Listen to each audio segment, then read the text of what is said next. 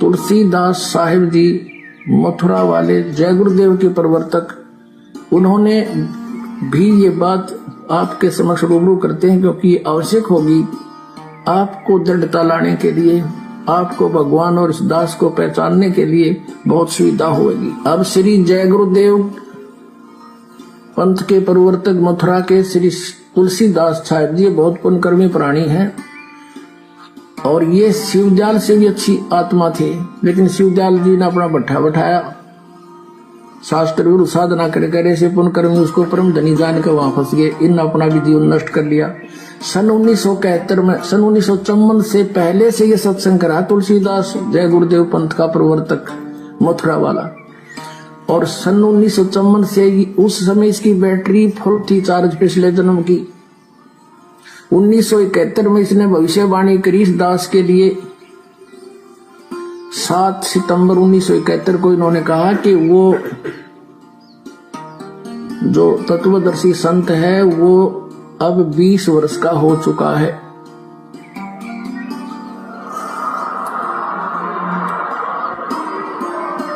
सात सितंबर 1971 को इसने भविष्यवाणी की कि वो 20 वर्ष का हो चुका है। दास का जन्म 8 सितंबर 1951 को हुआ। 7 सितंबर 1971 को पूरा 20 वर्ष का हो चुका था। 8 सितंबर को 21वां वर्ष शुरू हो जाना था। अब देखिएगा, एक पुस्तक है जय गुरुदेव की वाणी भाग 2, ये यहां से छपी है। ये है श्री तुलसीदास जी महाराज संत पर। ये पहला राधा स्वामी पंथ का पहला संत है जो दास लिखता है, नहीं तो सब सिंह लिखे अपने बीच है या ताराचंद लिखे। यहाँ प्रकाशक है दिव्या शर्मा, 88 साकेत कॉलोनी मथुरा में, और यहाँ से प्रिंटेड है। मुद्रक है अर्जेंट प्रिंटर्स, पुराना बस स्टैंड मथुरा। इसकी 59 पृष्ठ से पहले पढ़ेंगे। 28 अगस्त को इन्होंने एक भविष्यवाणी करी थी, ये देखिएगा, ये 59 पृष्ठ है इसका, 59, और ये 28 अगस्त शाकाहारी पत्रिका 28 अगस्त 1971 में इसने कोई भविष्यवाणी की थी कि महापुरुष का जन्म भारतवर्ष के एक छोटे से गांव में हो चुका है और वह व्यक्ति मानव इतिहास का सबसे महत्वपूर्ण व्यक्ति बनेगा। उसे जनता का इतना बड़ा समर्थन प्राप्त होगा कि आज तक किसी को नहीं मिला है। वह महापुरुष नए सिरे से विधान को बनाएगा और वह विश्व के संपूर्ण देशों पर लागू होगा। उसका एक झंडा होगा, उसकी एक भाषा होगी।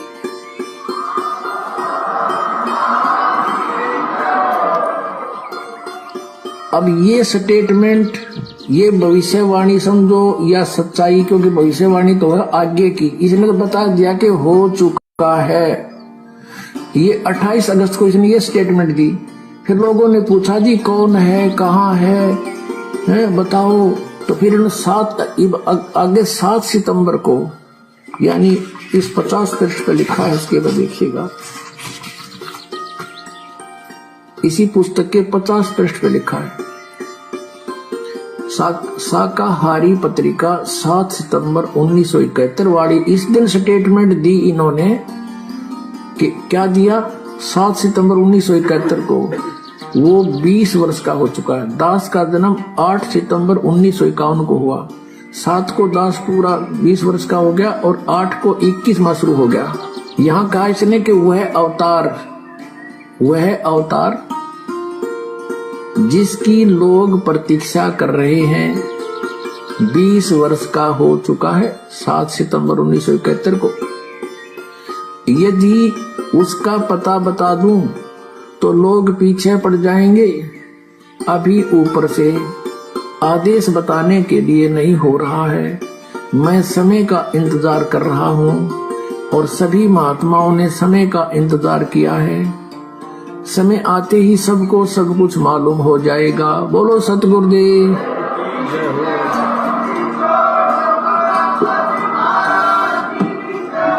सभी प्रसिद्ध लोगों की पड़ताल के बाद यह साबित हुआ कि वो महापुरुष जो विश्व का कल्याण करेगा, वो महापुरुष जिसके ज्ञान से विश्व में शांति आएगी, वो महापुरुष जो कलयुग में सतयुग लाएगा, उस अवतार का नाम है संत रामपाल जी महाराज। तो पुण्यात्माओं, आप जिन्हें वीडियो के माध्यम से पूरी सच्चाई सहसबूत प्रमाणों सहित अपनी आंखों से देखी है, और हाथ कंगन को आरसी क्या, पढ़े लिखे को फारसी क्या, और जय गुरुदेव पंथ से जुड़े हुए सभी भाई बहनों से मैं हाथ जोड़ के विनती करता हूं कि आपके गुरुदेव तुलसीदास जी जो आपका मार्गदर्शन करके चले गए, कि वो महापुरुष 20 वर्ष का हो चुका है, एग्जैक्ट सारी बातें जो उन्होंने बताई, वो सारी बातें इस पृथ्वी पे नहीं पूरे विश्व में अगर किसी धार्मिक संत के ऊपर खरी खरी उतरती हैं तो आज आपकी आंखों के सामने है वो परम शक्ति, वो परम पुरुष, वो महापुरुष, वो साक्षात कबीर परमेश्वर, वो अल्लाह, खुदा, गॉड, रब केवल सतगुरु रामपाल जी महाराज जी हैं। प्रार्थना कर सकता हूं, विलंब ना करें, प्रमाण आपके सामने हैं, सबूत आपके समक्ष हैं। समझदार व्यक्ति को देर नहीं लगानी चाहिए, वरना विनाश के समय में जो तांडव मचेगा उस समय चाहे कितने हाथ जोड़ लेना, कितने ही पैर पकड़ लेना, परमेश्वर रक्षा नहीं करेंगे, क्योंकि उनके भी कुछ विधान है, उनका भी संविधान है, उनकी भी कुछ मान मर्यादाएं हैं। इसीलिए आप जीवों को उस विनाश के समय से पहले ही उस परमपिता परमेश्वर की प्रेरणा से, उन्हीं के आशीर्वाद से ये लाइव वीडियो बना बना के संदेश दिए जा रहे हैं, सहसबूत प्रमाणित, ताकि आप समय रहते सच्चाई को स्वीकार कर लें और विनाश के समय में स्वयं और अपने परिवार को विनाशित होने से बचाएं। आगे चलिए, रूपा आनंद जी उस कल्कि अवतार के विषय में, उस परम पुरुष के विषय में, उस सुप्रीम के विषय में और क्या भविष्यवाणी करती हैं, क्या क्या पहचान बता रही हैं, जो पहचान सुनने के बाद आपको दृढ़ता आएगी, आपके अंदर एक अपने गुरु के प्रति, अपने सतगुरु के प्रति, उस अवतार के प्रति एक विशेष श्रद्धा और लगन का भाव पैदा होगा। और वीडियो आप आगे देखते जाना, ऐसे ऐसे राज खुलेंगे, ऐसे ऐसे भविष्यवाणियां उस परम पुरुष के ऊपर सत्य बैठाई जाएंगी। वो वर्तमान में जिस स्थिति में हैं, वर्तमान में जहां पे बैठे हुए हैं, उसकी भी भविष्यवाणियां पहले से कर रखी हैं कि जिस समय विनाश का समय नजदीक होगा, वो संत गुप्त रह के किसी एक जगह पे बैठा होगा। वो सारी बातें एज इट इज परमपिता परमेश्वर सतगुरु रामपाल जी महाराज जी के ऊपर ही फिट बैठ सकती हैं। क्यों? क्योंकि वही एकमात्र सुप्रीम है, उसके अलावा किसी दूसरे के ऊपर इन भविष्य वक्ताओं की भविष्यवाणियां फिट नहीं बैठ सकती। तो जगत वालों की तो मैं कह नहीं सकता, लेकिन उनके जो भगत हैं वो एंड तक ये वीडियो देखें और देखने के बाद इसको शेयर भी करते रहें, साथ साथ में हर जगह इसको शेयर भी करते रहे, क्योंकि शेयर करने का भी आपको पुण्य मिलेगा, क्योंकि आप सुप्रीम की सेवा कर रहे हैं, उस परमपिता परमेश्वर के प्रकट होने का संदेशा देश दुनिया में पहुंचा रहे हैं। पृथ्वी पर विनाश और तांडव के समय में लोगों को बचाने के लिए आप संदेशे दे रहे हैं। सुनते जाइए, आंखें फटी की फटी रह जाएंगी। जो लोग उनका जन्मदिन मनाते हैं, जो लोग उनका बोध दिवस मनाते हैं और उनको एक जीव साबित करते हैं, उन लोगों के आंखों से आंसू नहीं सूखेंगे अगर एंड तक वीडियो देख लिया तो, कि हम कितने बड़े धोखे में रहे, कितना बड़ा धोखा उसी परम शक्ति, उसी अवतार, उसी सुप्रीम के परिवार वाले हमें दे रहे हैं। क्योंकि यहां की जो शक्ति है वो कहीं भी नहीं चाहेगी कि सुप्रीम दुनिया के सामने आए, सुप्रीम को लोग जाने, सुप्रीम को लोग पहचाने।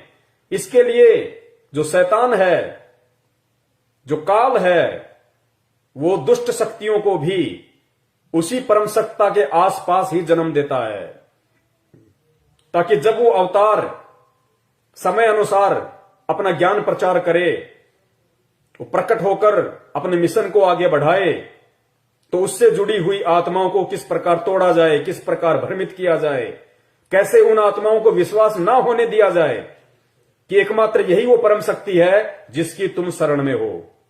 कैसे उनकी मर्यादाओं का खंडन करवाया जाए, कैसी कैसी सूक्ष्म चाल खेलकर उन लोगों को भ्रमित किया जाए। इसलिए मैं निवेदन करता हूं उस परमपिता परमेश्वर सतगुरु रामपाल जी महाराज जी से जुड़े हुए भाई बहनों से कि अगर विश्वास करना है भक्ति मार्ग पे, अगर विश्वास करना है अपने उद्धार के लिए, मोक्ष के लिए, सिर्फ और सिर्फ अपने परम पूज्य सतगुरु देव के ऊपर, और सतगुरु देव जी ने सत्संगों में जो वचन कहे हैं, सत्संगों में जो आदेश दिए हैं, केवल उन्हीं को फॉलो किया जाए।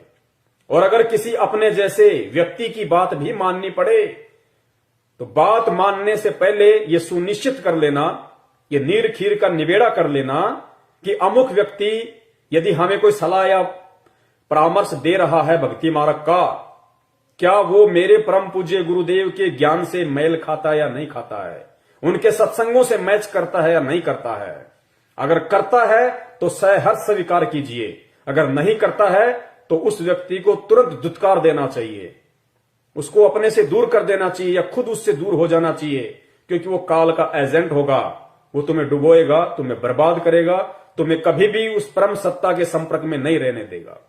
सुनिए आगे रूपा आनंद जी, परम पूज्य सतगुरु रामपाल जी महाराज जी के विषय में, क्योंकि हम तो यही कहेंगे, क्योंकि एकमात्र वर्तमान समय का जो कल्कि है केवल सतगुरु रामपाल जी महाराज जी हैं। वर्तमान का यदि कोई सुप्रीम है, कोई अवतारी शक्ति है, केवल परम पूज्य सतगुरु रामपाल जी महाराज जी हैं। लेकिन ये भविष्य वक्ता लोग ना समझ पाने के कारण उन्हें किसी और से जोड़ रहे हैं। तो ये अपने अनुसार चलें, हम अपने अनुसार चलें।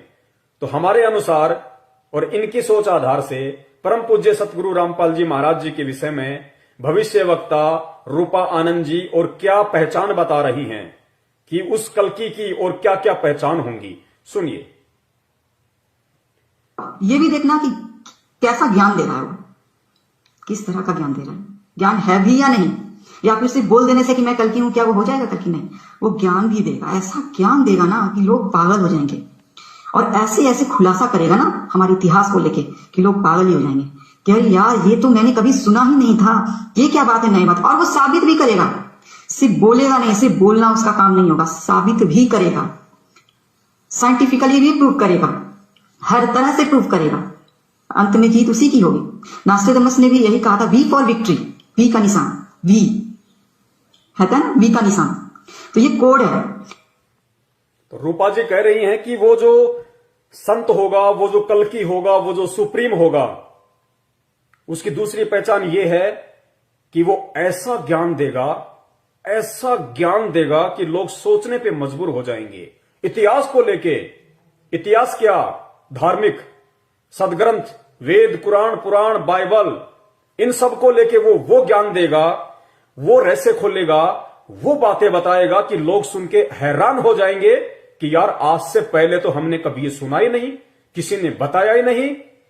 तो इस पूरे विश्व में, इस पूरी पृथ्वी के ऊपर अगर एकमात्र ऐसा कोई वर्तमान में संत है जिसने भारतीय आध्यात्मिकता की काया पलट कर दी, जिसने चारों वेदों को, 18 पुराणों को, उपनिषदों को, मनुस्मृति को, कुरान को, बाइबल को, तौरेत को, जबूर को, इंजिल को, गुरु ग्रंथ साहिब को, सदग्रंथ साहिब को, जितने भी धर्मों के धर्म ग्रंथ हैं या उन धर्मों में अन्य जितने भी छोटे मोटे संत महंत ऋषि मुनि हैं, जैसे दयानंद सरस्वती जी हिंदू धर्म में, और भी बहुत सारे धर्मों में, जाकिर नायक जी मुसलमान धर्म में, जैनियों के महावीर जी के विषय में, कोई भी अगर इस पूरे विश्व में, अगर इस पृथ्वी लोक पे जहां आप और हम रह रहे हैं, और जिस धर्म के जो धर्म ग्रंथ हैं, अगर पूरे विश्व में सार्वजनिक तौर पर टीवी चैनलों पर अगर इन सदग्रंथों की सच्चाई और हकीकत और वो परम शक्ति जिन्हें हम अजन्मा अविनाशी मानते आए हैं, सुनी सुनाई बातों के आधार पे, ब्रह्मा विष्णु महेश जी, दुर्गा जी, देवी देवता, इंद्र जी, उनके विषय में ऐसे ऐसे खुलासे अगर इस पूरे विश्व में, इस पृथ्वी पे, अगर सार्वजनिक तौर पे जिस वेद व्यास जी ने ये ग्रंथ लिखे हैं, उन्होंने भी क्या क्या गलतियां कर दी लिखने में। जिन बड़े बड़े लोगों ने, मनु जैसे लोगों ने वेद लिखे, उन्होंने भी लिखते समय अनुवाद में क्या क्या गलतियां कर दी। और वर्तमान के जो धर्म के ठेकेदार हैं, जो वेदों को सामने रख के अपने भक्तों को सत्संग सुनाते हैं, वो कितना कुप्रचार कर रहे हैं, अध्यात्मता को ना समझ के कितना उल्टा ज्ञान प्रचार कर रहे हैं। गीता जी का जिन लोगों ने अनुवाद कर डाला, हर संत ने लगभग, चाहे निरंकारी हो, चाहे जय गुरुदेव वाले हों, चाहे आसाराम जी हों, कृपालु जी हों, कुछ भी, जिन जिन संतों ने, महंतों ने, जो भागवताचार्य हैं, जिन्होंने गीता जी के इतने मोटे मोटे अनुवाद कर रखे हैं, उन्होंने कितना गुड़ गोबर एक कर रखा है, कितना अपने मनमुखी तरीके से उन संस्कृत के श्लोकों के अर्थों का अनर्थ किया हुआ है। उन गलतियों को भी यदि इस विश्व में पहली बार किसी ने सार्वजनिक किया है, केवल परम पूज्य सतगुरु रामपाल जी महाराज जी। क्योंकि इस पूरे विश्व में वर्तमान समय में अग्नि संत ग्रंथों को खोल खोल के इनके अंदर से अगर किसी ने बताया है कि ब्रह्मा विष्णु महेश, जिनको तुम अजर अविनाशी कहते हो, कि इनकी कभी जन्म और मृत्यु नहीं होती, इनके कोई माता पिता नहीं है, परम पूज्य सतगुरु रामपाल जी महाराज जी ने उसी देवी भागवत के अंदर 6वां स्कंद पेज नंबर 123 खोल के देख लेना, स्पष्ट तौर पे। अब तो यूट्यूब पे लाखों वीडियो पड़े हुए हैं, आप यूट्यूब पे जाके सर्च कीजिए कि ब्रह्मा विष्णु महेश के माता पिता कौन है, ब्रह्मा विष्णु महेश जन्मते मरते हैं, आप सर्च कीजिए, आपको ढेरों प्रमाण मिलेंगे आप ही के सदग्रंथों को, जिनको पढ़ते पढ़ते आपकी आंखें नहीं थकी, और पढ़ाते पढ़ाते उन नकली और मोतियाबिंद के शिकार भागवताचार्य संत महंतों की आंखें नहीं थकी। कैसा उल्टा ज्ञान प्रचार कर गए। इन्हीं शास्त्रों में लिखा हुआ है कि ब्रह्मा विष्णु महेश की भी जन्म और मृत्यु होती है, और परमेश्वर ने बताया कि कौन ब्रह्मा का पिता है, कौन विष्णु की मां, शंकर का दादा कौन है, पंडित जी हमको दो बताए। लोग कहते हैं दुर्गा, दुर्गा को लोग माता कहते हैं। दुर्गा अगर माता है तो उसका पति कौन है? अगर उसका पति नहीं है तो सिंदूर क्यों लगाती है, हार श्रृंगार क्यों करती है? तो ये सारे रहस्य कि दुर्गा का पति कौन है, काल भगवान है। कौन ब्रह्मा का पिता है? काल निरंजन, ज्योति निरंजन, जिसको ब्रह्म कहा जाता है। कौन विष्णु की मां दुर्गा, और कौन शंकर का दादा है? शंकर का दादा कबीर परमात्मा। ये सृष्टि रचना में आप ही के सदग्रंथों में, आप ही की गीता से, आप ही के वेदों से उस परमात्मा ने साबित किया है। तो ऐसा ज्ञान किसने दिया? किसने ज्ञान दिया कि ब्रह्मा विष्णु महेश जी भी जब तक इनका राज करने का समय है, उसके बाद इनको भी नीचे डाला जाता है। ये भी आप और हमारी तरह सामान्य व्यक्ति बनते हैं, फिर 84 लाख योनियों में जाते हैं। आप और हमारी तरह गधे, कुत्ते, सूअर, मछली, मुर्गा, मुर्गी बनते हैं। किसने बताया? उन पंडितों ने नहीं बताया, उन ऋषियों ने नहीं बताया, उन धर्म के ठेकेदारों ने आपको नहीं बताया, क्योंकि वो उनका धर्म का धंधा था। अगर वो आपको कह देंगे कि ब्रह्मा विष्णु महेश जन्मते और मरते हैं, इनके भी माता पिता है, ये पूर्ण परमात्मा नहीं है, ये केवल एक मंत्री की तरह इन लोकों में काम करते हैं। ब्रह्मा जी का काम है जीवों की उत्पत्ति करना। किसके आदेश से?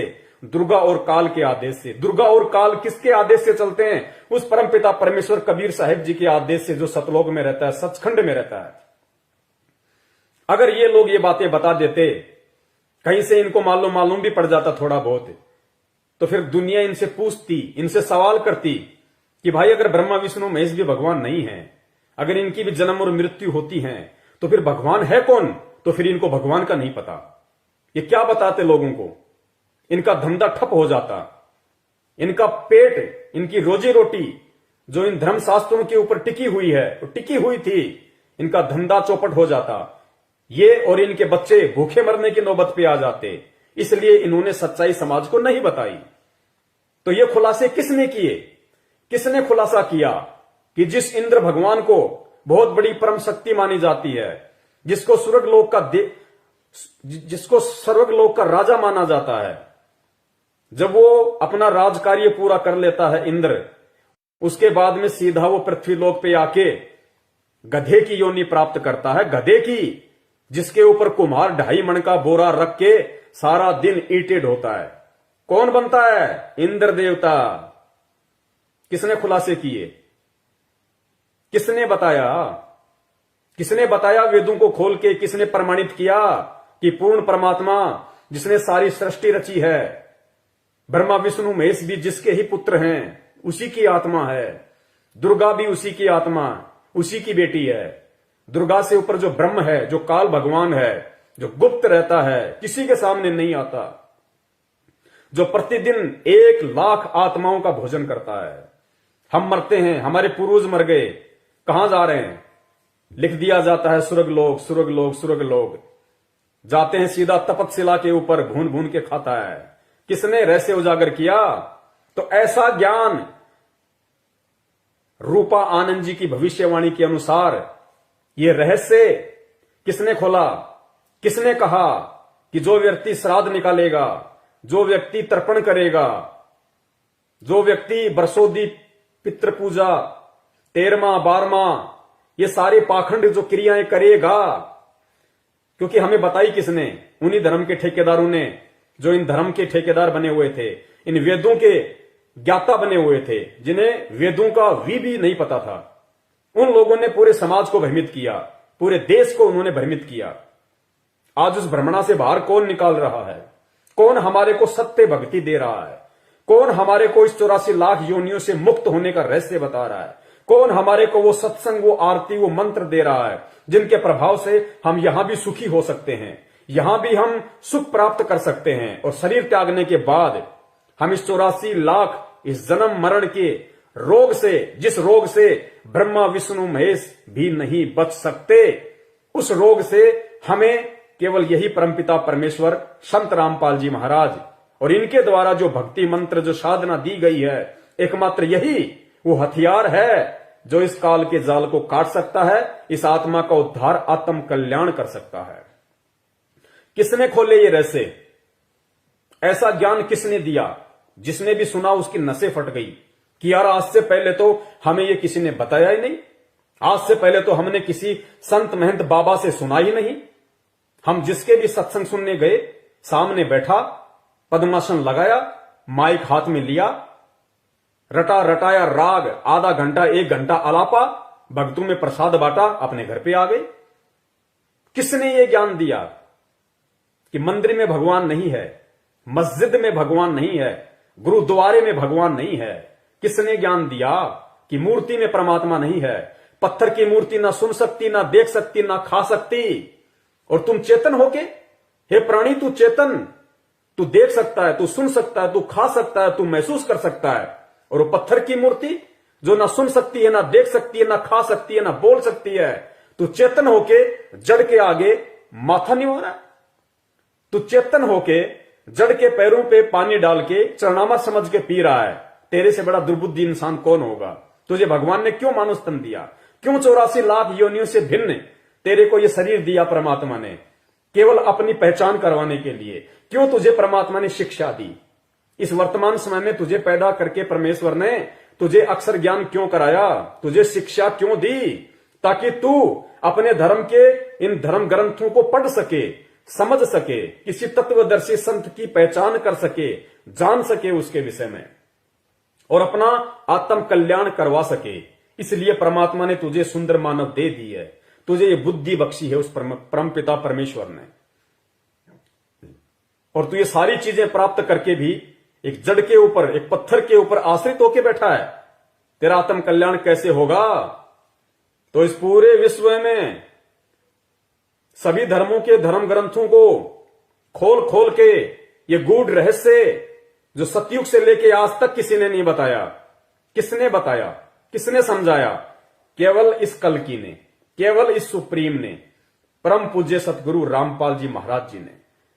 और पूरे विश्व में वर्तमान समय में ऐसा कौन वो एकमात्र संत है, महापुरुष है, जिसने शंकराचार्यों से लेके जितने भी संत महंत हैं जो आध्यात्मिक पद पे विराजमान हैं, उन सबको आध्यात्मिक ज्ञान चर्चा के लिए, इन शास्त्रों पे डिबेट के लिए आमंत्रित किया, उनको निमंत्रण पत्र भेजे, अपने सेवकों के माध्यम से उनके पास संदेश भिजवाए कि भाई आओ, तुम भी संत हो, मैं भी संत हूं। संत का काम समाज सुधारना है, आत्माओं का उद्धार करना है। क्यों ना हम सब एक मंच पे इकट्ठे हो जाएं।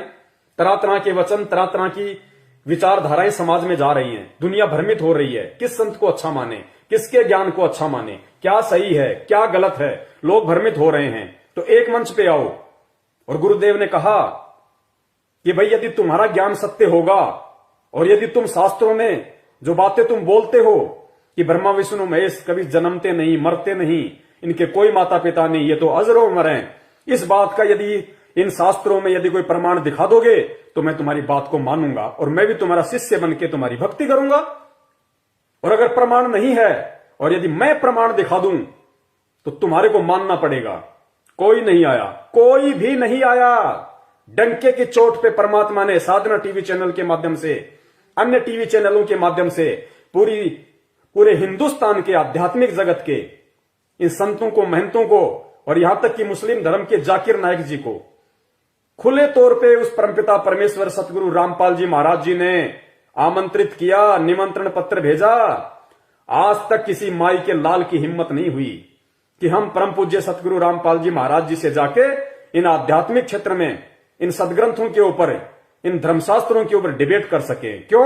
क्योंकि सत्संग सबने सुन रखे संत रामपाल जी महाराज जी के, और उनको अच्छे से पता था कि प्रमाणों के आधार पे, सदग्रंथों को आधार बना के तुम संत रामपाल जी महाराज जी के सामने 5 मिनट भी टिक नहीं सकते।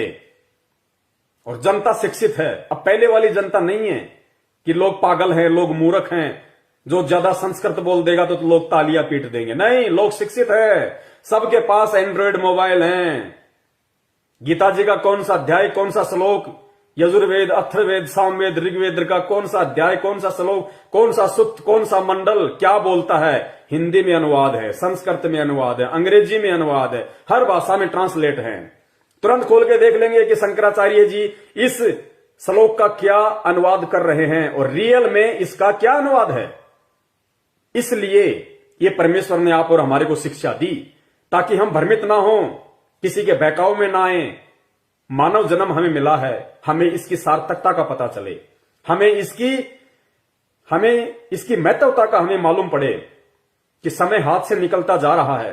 परमपिता परमेश्वर तत्वदर्शी संत के रूप में धरती पे प्रकट है। अगर हिंदू का आत्म कल्याण होगा तो संत रामपाल जी महाराज जी की शरण में आके होगा।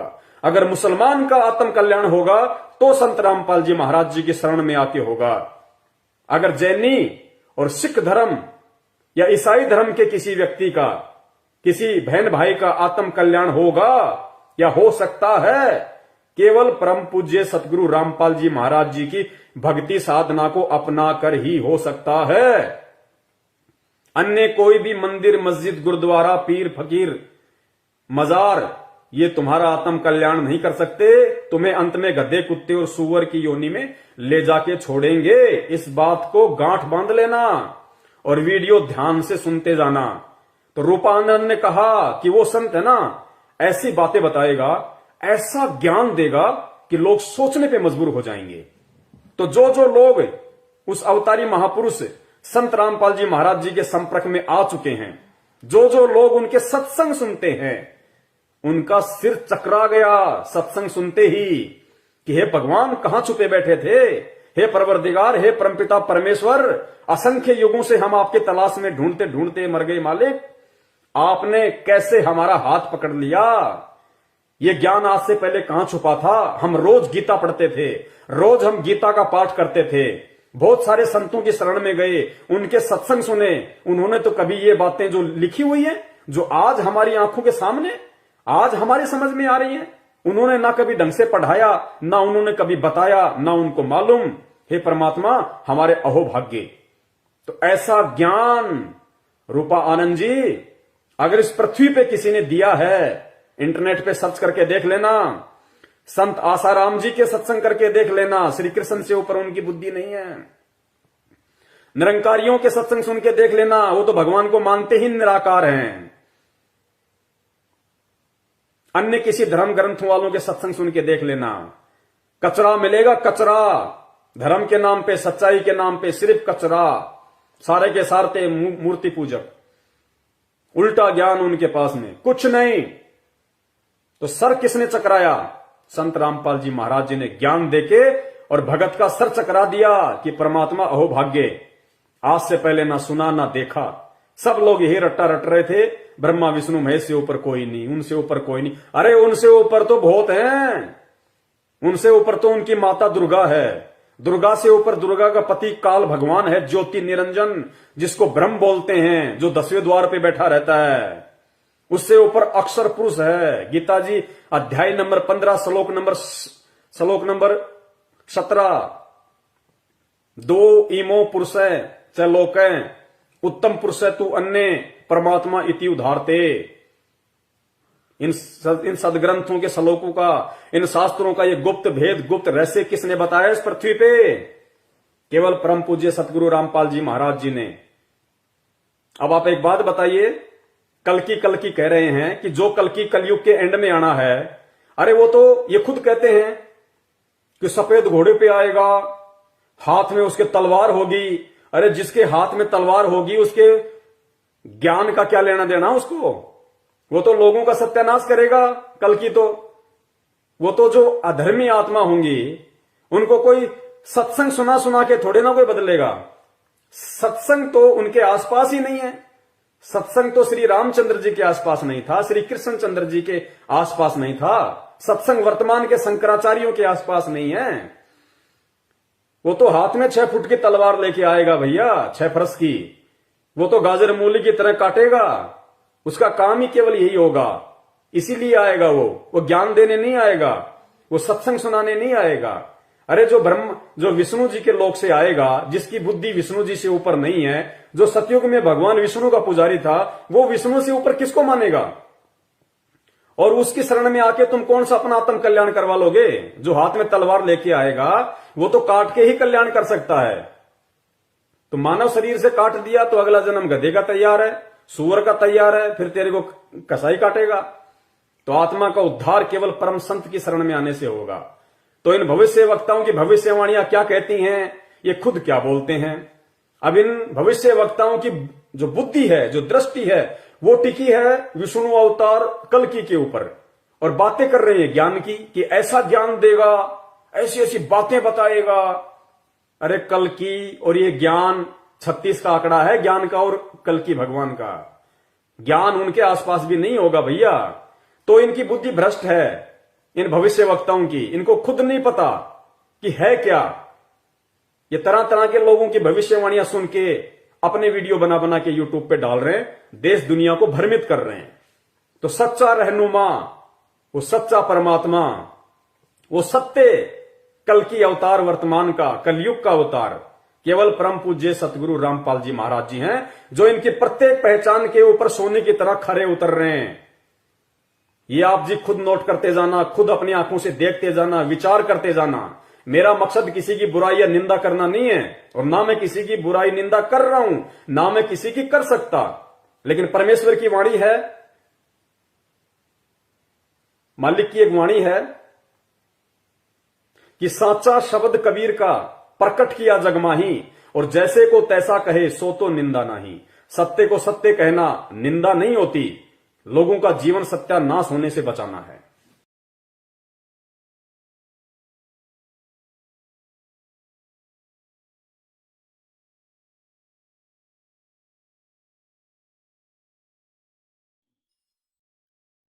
भाई सतगुरु तिलक अजप्पा माला युक्त जटा रखवावे। सतगुरु तिलक अजप्पा माला युक्त जटा रखवावे। जत को पीन सत का चोला भीतर बेख बनावे। जब कोई राम भगत गत पावे हो जी। जब कोई राम भगत गत पावे हो जी। भाई लोक लाज मर्याद जगत की तरण जो तोड़े बगावे। लोक लाज मर्याद जगत की।